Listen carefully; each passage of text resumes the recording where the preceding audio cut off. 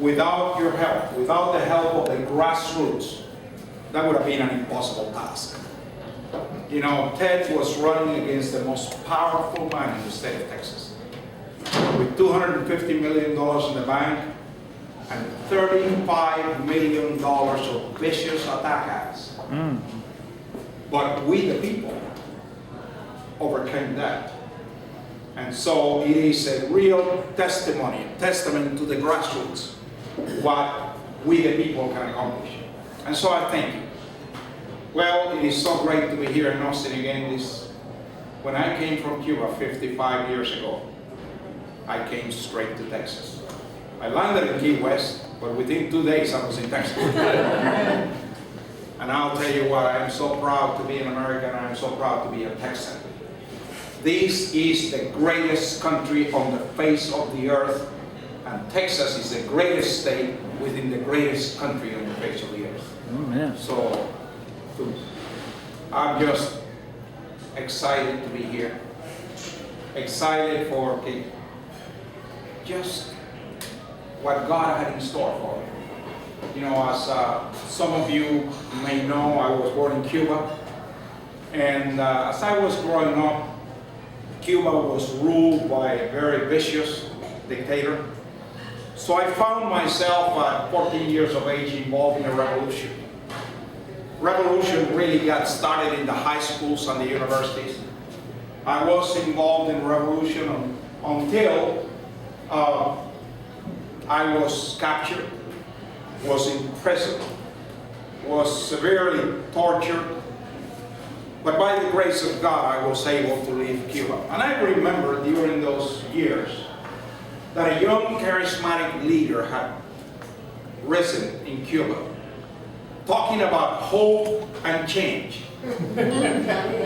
His name was Fidel Castro. And so anyway, we didn't know any better. We followed him. We thought he was going to be our savior. And as I said, after I was in prison, I was able to leave the country, came to Texas. And actually, when I arrived in Austin in 1957, by the next year, 1958, I began speaking in some of the Rotary clubs around Austin, actually talking in favor of Castro, because I still thought Castro was going to be the salvation of Cuba. And then in 1959, when Castro took over, I went back to Cuba.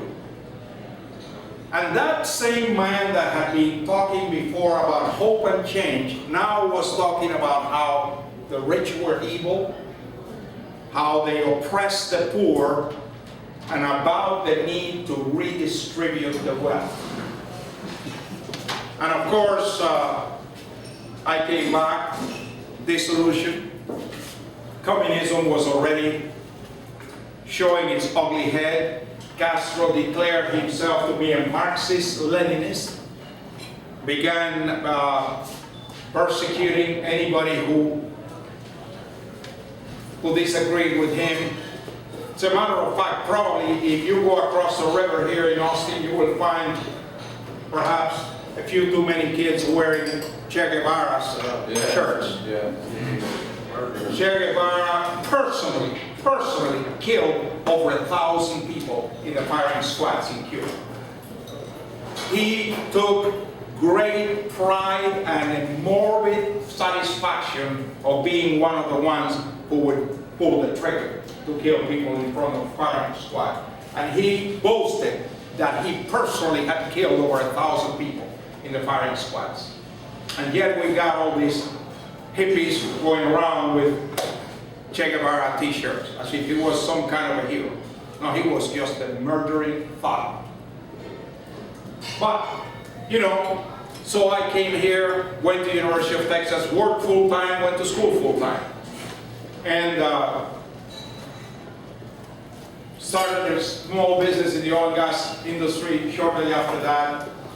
And then I remember 1976. All of a sudden in 1976, I saw a new government in this country that reminded very much of what was happening in Cuba. A government that started putting forth socialistic policies. I don't know if any of you remember the Carter years, when we had 18% inflation, 22% interest rates, lines around the block to get gasoline. A government so weak in foreign policy that Iran became so emboldened that they captured a whole bunch of Americans and kept them hostage for 444 days. And I sat in a tent in northern Turkey with some F-4s loaded to go get them if we ever got the order. And we did. That's right. Well, are you talking about the group that went with Rossborough? No, I was talking, we were Air Force. We were, we had F-4s that were sitting in a bear base in northern Turkey. And you know something? Yeah, it's not coincidental that they got released the day Ronald Reagan took power. That was not a coincidence. And I'll tell you, you talk about class. When they got released, Ronald Reagan appointed Jimmy Carter to go with him. The guy who was really responsible for their spending over a year in a prison camp in Iran. But anyway, because of that, I became very heavily involved in the political process during the Carter years. Was involved in the 1980 campaign of Ronald Reagan, whom I consider without a doubt the greatest president the United States has had in over 100 years. Yeah. And there was a man that had a vision for America. You know, unfortunately, right now, we don't see much vision, and it is sad. And you know, during those years, I remember my son was 8 years old when I started campaigning, about 8 years old when I started campaigning for Ronald Reagan. And I would tell my son Ted, you know, Ted, when I lost my freedom in Cuba, I had a place to come to. If we lose our freedoms here, where are we going to go? And you know, I'd ask you that question. If we lose our freedoms here, there's no place to go. There is no place to go. And I'll tell you, I was so thankful that during that time when my son was in junior high, I introduced him to a friend of mine through one of my clients in the oil business, a fellow by the name of Roland Story, who was the president of an organization called the Free Enterprise Institute. And so when Ted was in junior high, instead of reading comic books, he was reading Milton Friedman. He was reading Frederick Bastiat. He was reading von Mises. He was reading Adam Smith. And he was giving speeches on free market economics around Texas. Then as he entered high school, Roland Story and the Free Enterprise Institute formed a group of 5 kids, called them the Constitutional Corroborators. And these 5 kids each memorized the entire U.S. Constitution. And now they were reading the Federalist Papers, they were reading the Anti-Federalist Papers. And during the next 4 years, they gave approximately 80 speeches on free market economics and the Constitution around the state. They would go to a Rotary Club. At lunchtime, they would put 5 easels in the front of the room. And while people were having lunch, these 5 kids would write the entire U.S. Constitution on those easels by memory. And then they would give about a half-hour speech on free market economics and the Constitution. You see, actually, when Ted told Dianne Feinstein about why she couldn't do what she wanted to do with the Second Amendment, and she said she wasn't a 6th grader, well, Ted wasn't much beyond the 6th grader when we know more about the Constitution than Dianne Feinstein knows today. Absolutely. And of course, she tramples on the Constitution every day. So anyway, it was during those years that Ted became passionate about freedom. And he became passionate about the Constitution.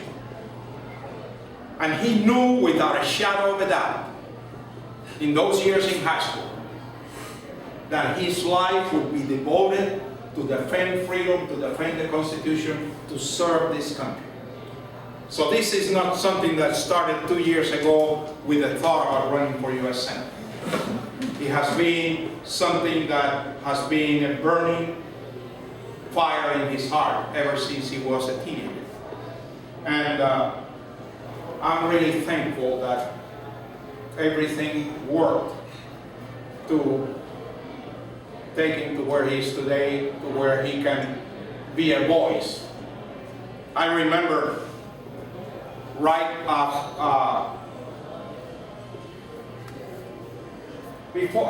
after the elections, he was on Fox News Sunday, and Chris Wallace asked Ted, well, are you coming up here to join the club?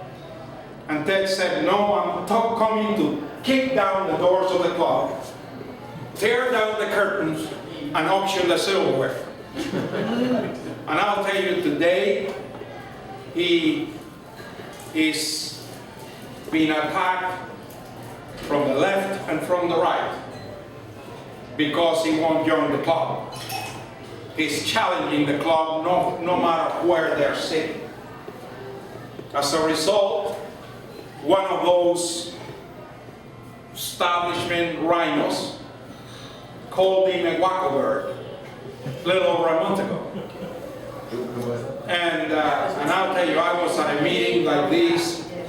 There's a conservative think tank that I'm at about once a month in Dallas. As a matter of fact, we met today at lunch, and from there I came over here.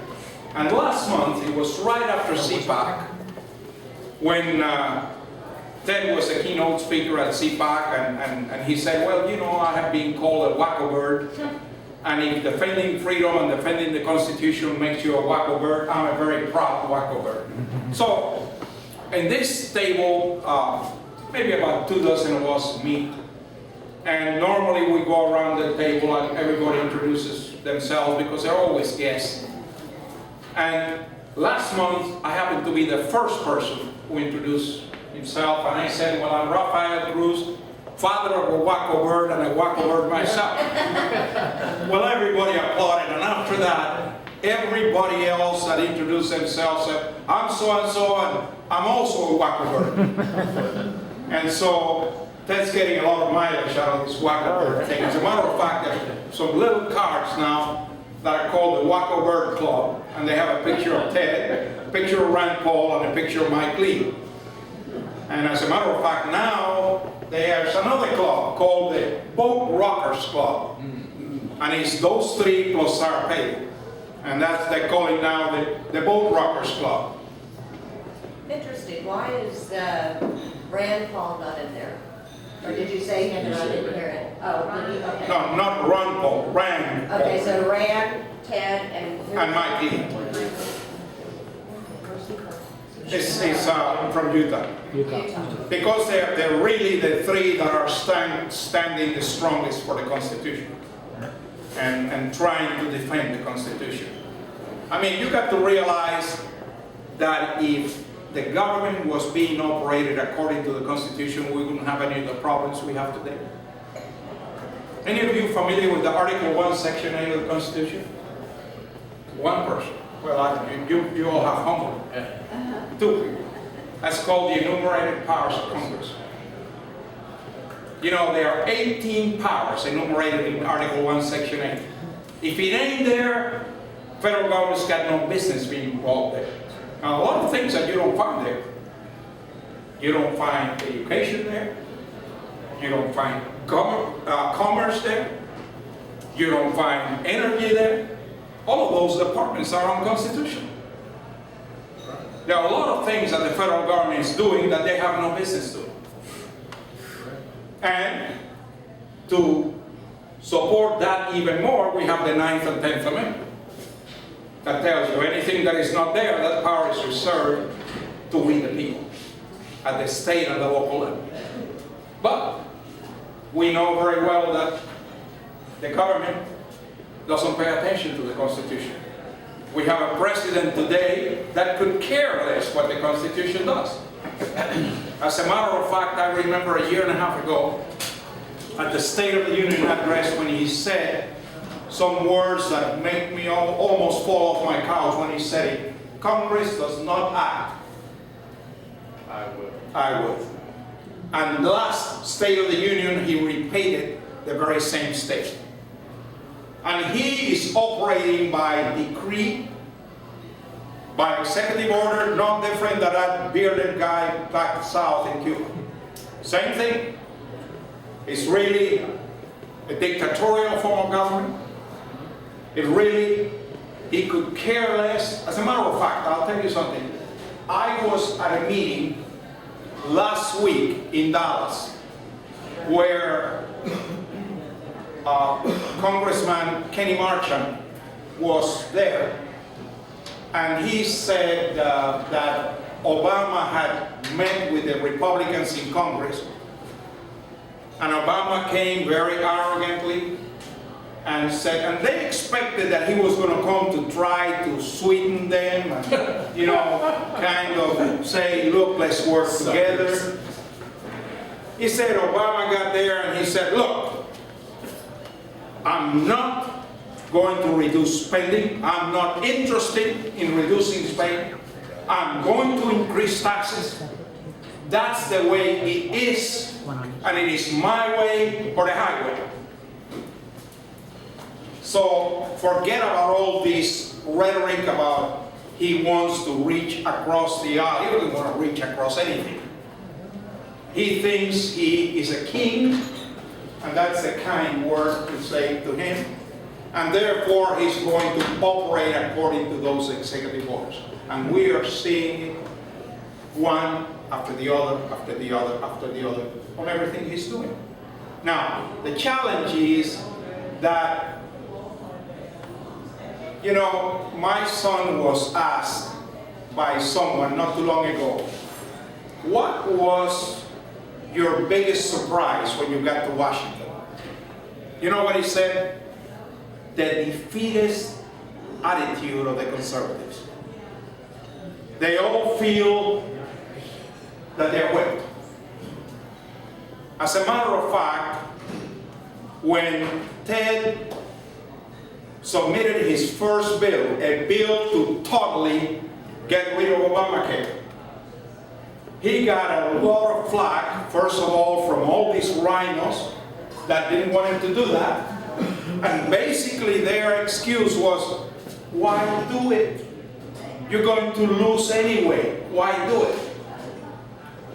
And he said, I'll tell you why do it, because it is the right thing to do, because Obamacare will destroy this country, and another reason, because I promised my constituents that the first bill I would put through the Senate would be to repeal Obamacare.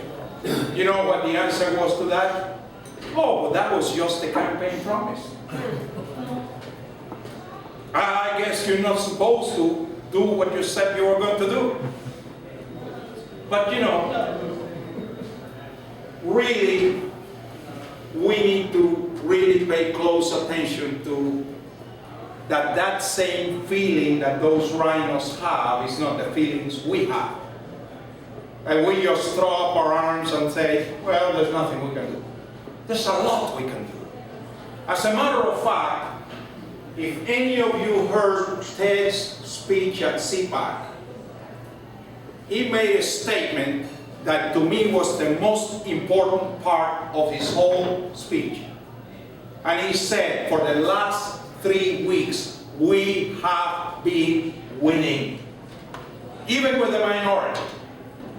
Now, he didn't say that part, but it's obvious. Why? Because, let me tell you, he was successful, even in spite of some of the people that basically threw in the towel, and that's why Ted and Rand Paul and Mike Lee were not successful in this filibuster to keep Second Amendment arms control to come to the floor. But let me tell you something. Even though it's going to come to the floor, Dianne Feinstein's amendment to get rid of 157 different weapons was not there because Reid felt that it could never pass. So he said, if we have that in there, we'll never get the 60 votes. That happened because Ted challenged Dianne Feinstein. Ted challenged Hagel. Ted challenged the status quo. And I'll tell you what, we cannot play there. Because of that, we are seeing a few more growing a backbone. Now, let me tell you one of the challenges we have. I was at a meeting today, this conservative think tank, and someone made a statement concerning the two major parties. He said, well, we have an evil party and we have a dumb party.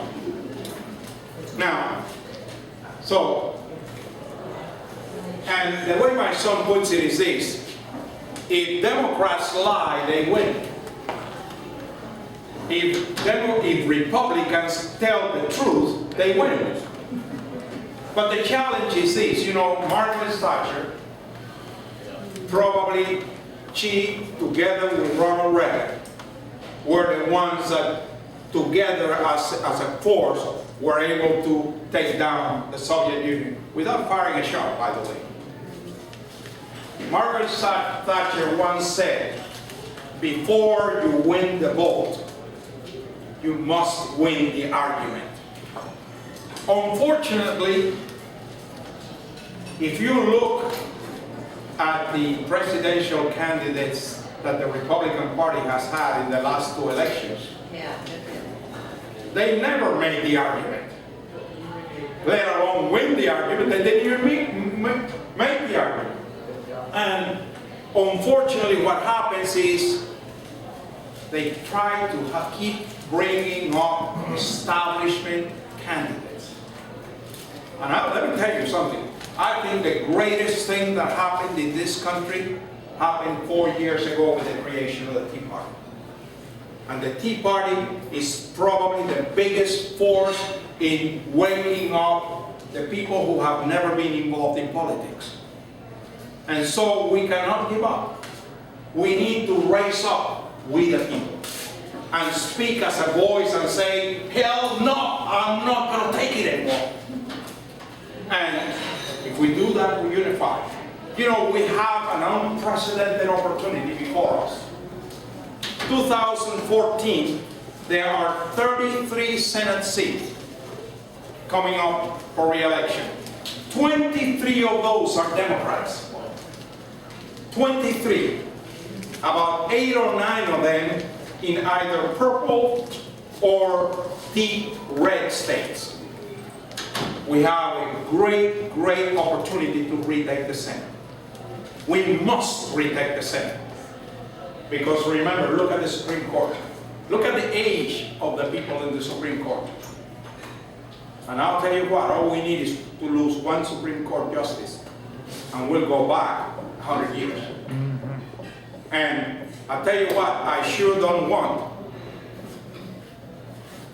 an 80-year-old liberal replaced by a 40-year-old liberal, but much less do I want an 80-year-old conservative replaced by the 40-year-old liberal. So pray that the conservatives in the court will remain healthy until we can have a majority and hold the power in the Supreme Court. Now, I am disappointed, as all of us are, with Roberts and the travesty that he did with Obamacare. And I'm just hoping that perhaps he's been castigated enough that he ain't going to do it again. I'm not sure, but I hope so. But we really need to not play dead. Actually, I would say we have two challenges that we need to overcome. Number one is political correctness. Political correctness is killing us. We need to be bold enough to tell the truth like it is, not on behalf of being polite. We have to realize that the media is all sold out to the ultra-liberal progressives. And so, we're not going to have the media on our side, but each and every one of us can influence people around us. And so, we must be involved. So, we got to put aside political correctness. The second thing is apathy. Well, you know, it's all lost. Might as well give up. Throw in the towel. And I'll tell you what, unfortunately, look at what the establishment, the Republican establishment is telling us. What is the message you're hearing from the Republican establishment? Well, we have to become more moderate. We have to soften our message if we ever want to be elected again. Let me tell you, the answer is not to become more like the liberals, because if we do that, why should anybody vote for us? No, no, no, no. We need to present a clear alternative. And the clear alternative is to be a strong, constitutional, conservative that stands on principle. Now they keep telling you about compromise. You cannot compromise on principle. I don't call it compromise. I call that prostituting your principles. And we must not prostitute our principles, because if we do so, we become no better than the opposition. Let me tell you, America is a good country. America is the greatest country on the face of the earth. And we see the Constitution, we see the Declaration under attack. But I'll tell you something. The Constitution of the United States and the Declaration of Independence are two of the greatest documents that have ever been written. And there's a reason for that. And the reason is those two documents were written on the knees of the framers. I am convinced that those two documents are divine revelation from God. That's why they have lasted over 2 centuries. And I'll tell you, I sometimes have a hard time as to which one I love the most. But to me, the one that really touches my heart more than anything else are the last few words of the Declaration, where the framers said, "We pledge to each other our lives, our fortunes, and our sacred honor." And I submit to you that we can do no less. We can do no less, because I'll tell you something. If we don't do it, our lives are going to be worthless. As a matter of fact, this government is trying to destroy our lives more and more and more and more. And I'll tell you, they are being tried to be destroyed from all. Number one, the meaning of life is being destroyed. I mean, and you realize what is happening that is beyond anything that is conceivable or was conceivable even a few years ago. There is a trial, has been going on for 2 months now, of an abortion doctor that documented has killed over 100 babies born alive, that according to the laws of the United States of America is murder alive, and where, what do they call it, snipping the spinal cord. Not a single news media has reported on this thing. Why is the media silent? Because it goes against their agenda. Fox has reported on it. It's not out in the open. I mean, most people don't know about it. NBC, ABC, and CBN. Yeah, They're quiet. Fox has though. But I'll tell you what, there should be an uproar. If an issue like that was a conservative issue, you couldn't stop the screaming that there would be all over the nation. It's being kept purposely quiet because it goes against their agenda. Let me tell you, you would remember how Sarah Palin was castigated when she talked about the death panels. Well, did you know that the death panels are in Obamacare? Yes. That in Obamacare it says there will be a panel of bureaucrats that on the basis of cost benefit will decide whether you get a medical procedure or not. So, maybe you're in your 60s, and God forbid you have some disease that will cost $250,000 to treat. And this panel of bureaucrats can look at you and say, well, I don't see how you can contribute $250,000 to society. So go home and die. And yet, the Supreme Court says it's a tax, so therefore it's legal. And I'll tell you, we need to do everything we can to get rid of Obamacare. So anyway, life is being destroyed from both ends. And our quality of life is being eroded day by day by day. Our fortunes, let me tell you, Obama's got both hands in your pockets. And he wants every dollar you make. Because as far as he's concerned, it's not your money, it's government's money. Instead of the other way around. They are the ones who are stealing our money to go through their extravagant lifestyle and to trying to promote worldwide socialism and worldwide redistribution of wealth, which is all what Obama is about. So, if we don't stop what's going on in Washington, your treasures are going to disappear. And our sacred honor, well, I'll tell you what, if we prostitute our principles, we have no honor. So I submit to you again, we cannot do any less.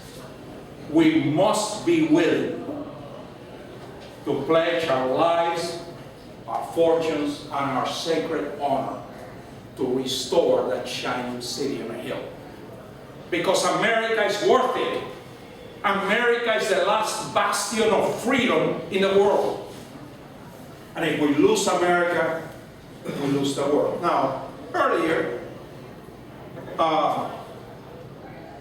someone was talking about the dollar, I think it was you, about the devaluation of the dollar. Well, the Feds are printing approximately $1 trillion a year.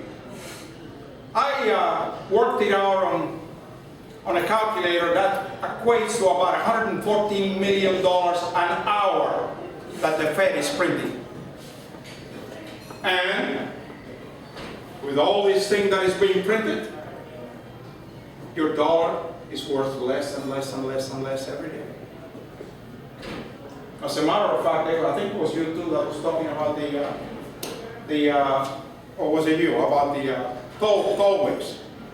You know, in Dallas we have a tollway, it's called 121.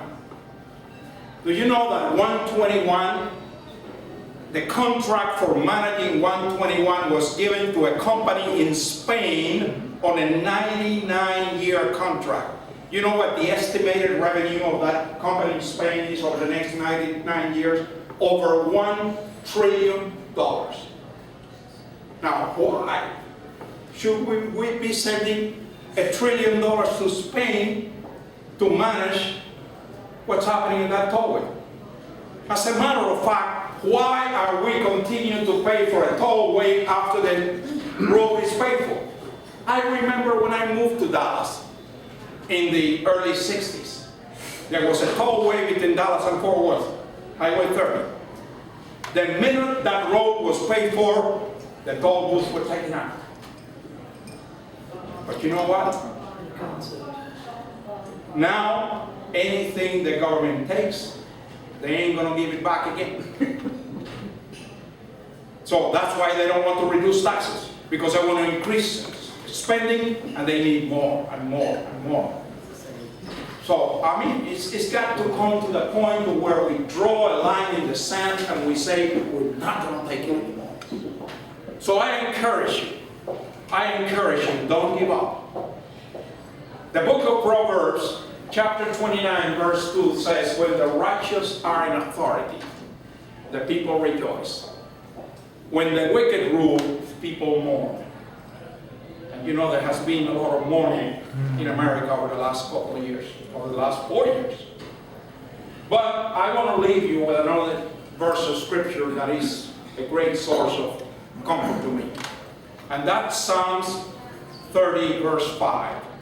And it says, weeping may endure for a night, but joy cometh in the morning. And I need to tell you, morning is coming. Morning is coming, and if we lock ourselves shoulder to shoulder and make a commitment to defend this country, to defend our freedom, to defend the Constitution, we are going to take this country back to the glory of God. Thank you. God bless you.